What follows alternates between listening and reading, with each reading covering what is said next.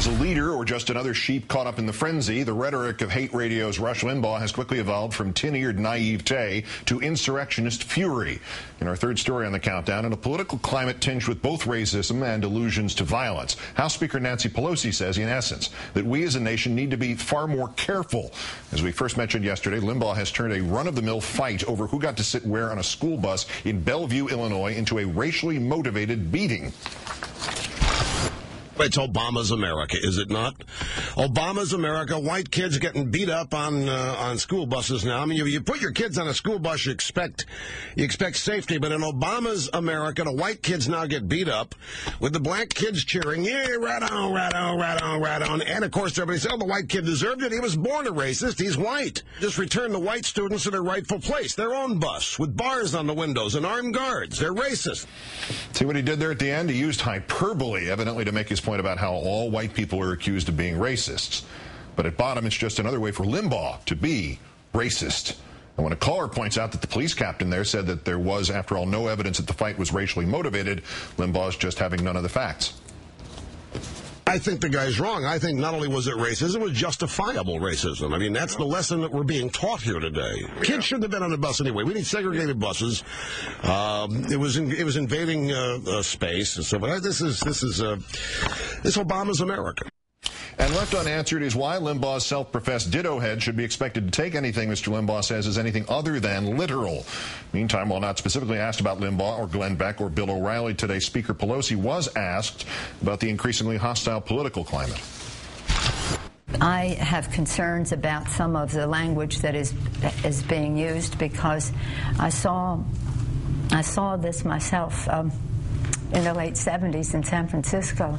This kind of rhetoric was very frightening. I wish that we would all, again, curb our enthusiasm in some of the statements that are made, so understanding that some of the people, the ears that it is falling on are not as balanced as the person making the statement might assume. The Speaker's references to the 70s and what she said was a, quote, climate of violence, then clearly alluding to the slaying of San Francisco Mayor George Moscone and city supervisor and gay rights activist Harvey Milk in 1978. Let's turn now to the former chairman of the Democratic National Committee, consultant to McKenna, Long, and Aldrich, as well as Democracy for America, former Governor Howard Dean. Thanks for your time tonight, sir.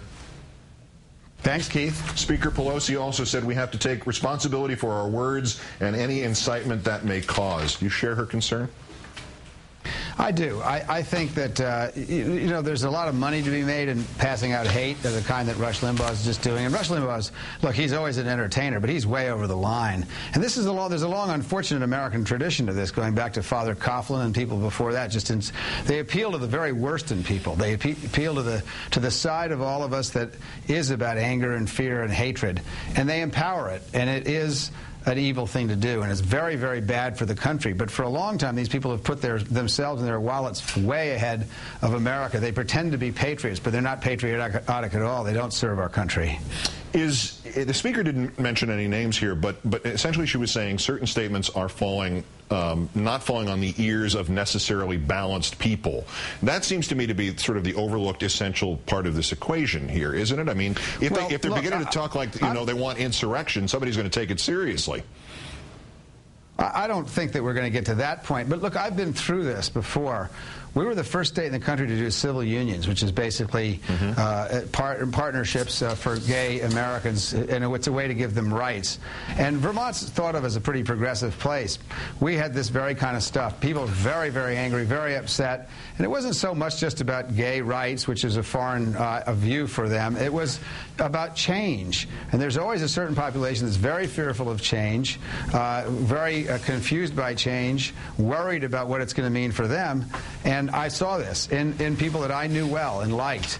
You know, there's an underside to human nature that's what Limbaugh and Glenn Beck and all these people are taking advantage of. They're appealing to the bad part in all of us, and we all have it. And no matter how many degrees we may have or how what fancy our neighborhood is, everybody has this. The problem is, do you want to incite it? And what does that mean for the country if you want to build a small country, to build a great country? Is this conversation sort of an extension? I mean, the one about intense animosity, its relationship to the prospect of violence. Is this the natural follow-up to what President Carter said about the intensely demonstrated animosity toward President Obama?